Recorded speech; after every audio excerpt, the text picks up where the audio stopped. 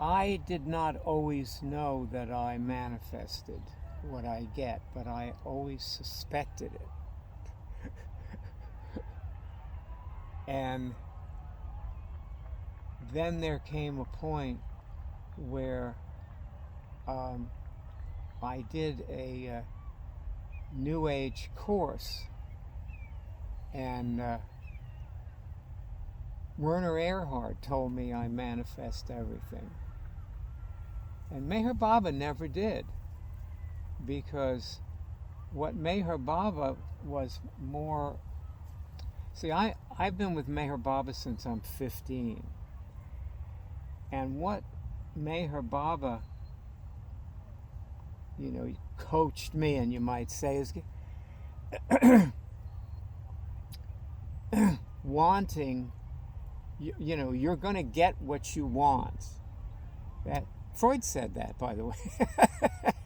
Freud said in the end we always get what we want. And so you're going to get what you want. And Baba said, want God, because then you'll get God. And he said a lot of things about wanting. He said, want nothing and you will have everything, was one thing. Just don't want anything, total detachment. And then I heard a story about Meher Baba. And if you've ever had any interest in God, Meher Baba is somebody that you want to get in touch with, because he was God. And he also told us that Jesus was God and Muhammad was God, and so on. Krishna was God. And so people spend a lot of time trying to figure out which religion is right, and they never think of the possibility that maybe they all are.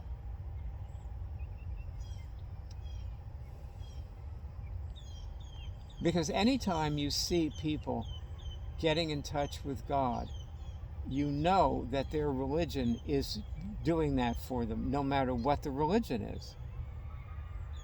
And yet, see, the problem with religions, and I hope that never happens with this one, because this religion that we're practicing that's what it is. This is a way of being in touch with God, same as the others. And the thing is, at this point, nobody's come along and created a set of dogma, and I'm hoping that if we show people how to be self-sufficient, no one ever will. I've been reading some historical novels about the Middle Ages, and a big theme in them is how the church was used to keep the people,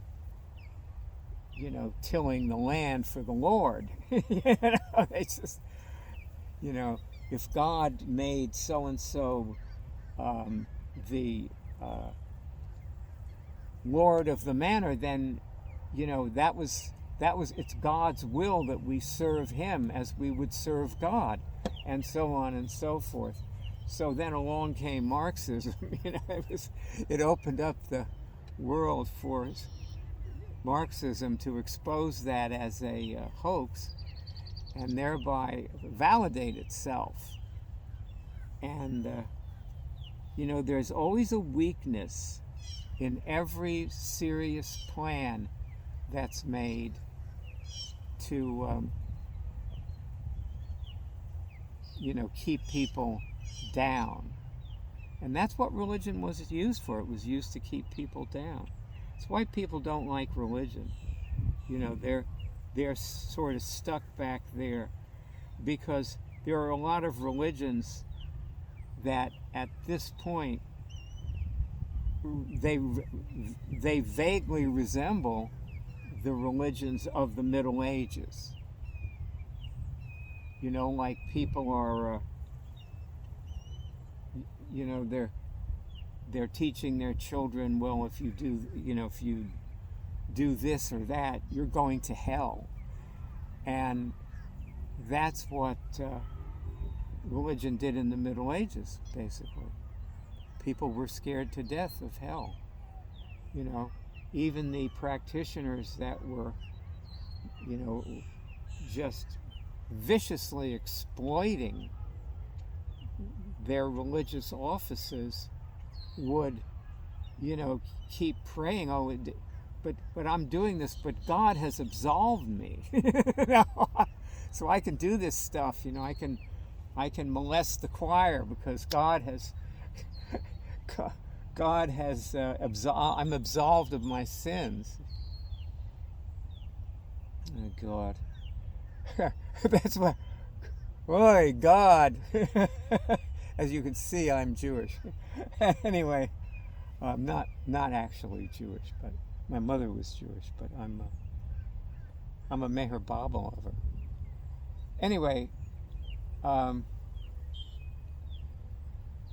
you know, I'll tell you another manifesting story. It's something that Eckhart Tolle said, who I like.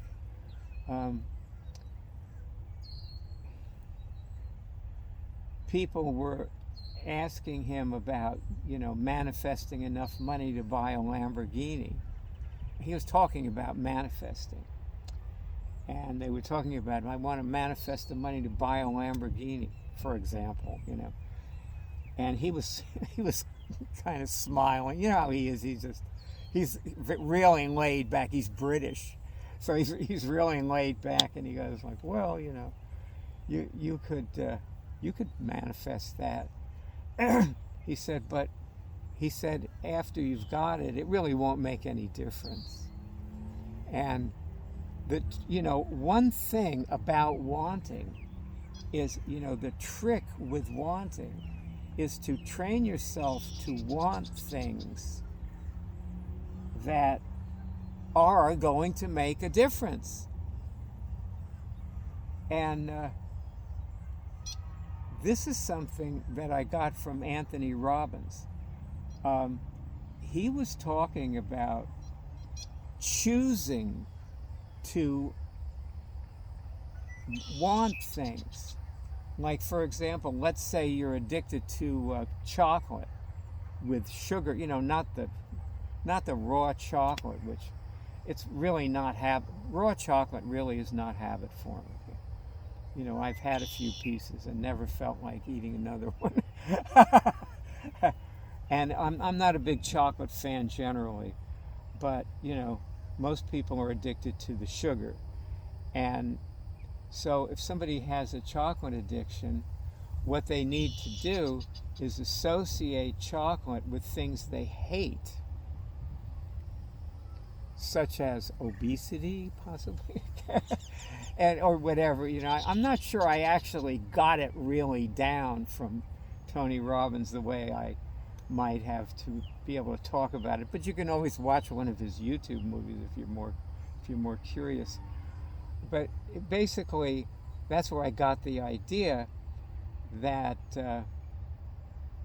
you can, like, train yourself to want things that will really make a difference for you. And what you want will manifest.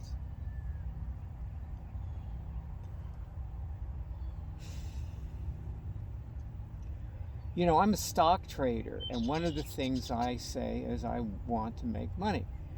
And while that's a good thing to want, what I've noticed I've been manifesting is I've been learning more about what situations to look for to trade. And I now have a list of 10 of them. I started with one, and I just kept discovering more.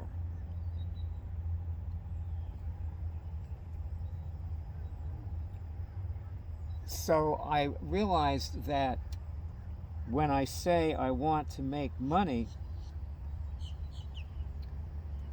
what I manifest from that prayer may not be the thing that I literally think of when I think I want to make money.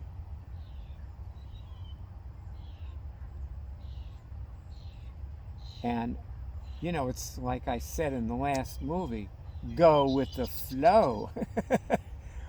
You know, take good things that come your way and accept what you are given. And you know, in some of these new age disciplines, since everybody has such a hot button with God, they don't use the word God, they say accept what the universe gives you.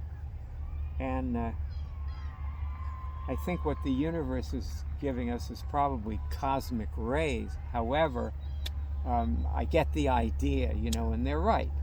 You know, you that's what you want to do, is just be a sponge, you know, make use of everything. And, you know, so many people say that they don't want to be used. And of course, I use people. And so, you know, sometimes people don't want to be friends with me because I'll use them. Lately in my life, I have given myself permission to like people and simply take what they're offering and use them that way, rather than trying to turn them into something that they're not, which I have done some semblance of that with people, and I've had some success with it, but it is a lot of work. So I've decided that I'm going to work less and accept more.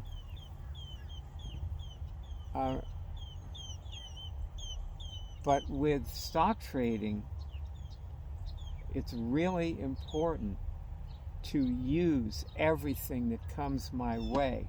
And you know, there's a stock trader I like named Homaji, and what he said was, he was doing an interview, you know, and they were asking him how to make money in the market. And he said, one thing he said was, big main thing, make a database and look at it.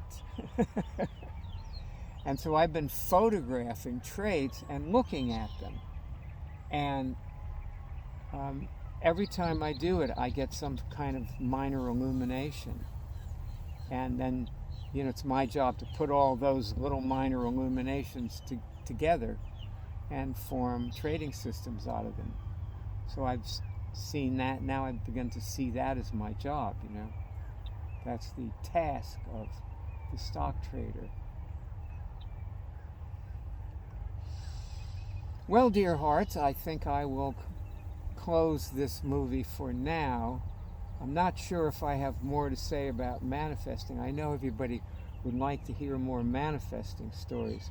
You know what I think I might very well do with the next movie is do a manifesting movie on how people do not appreciate miracles when they have them, and also when I show them how to get them, and they do, and they still just walk away, you know, not interested. So makes it tough to help them. But hey, you know, less work for me.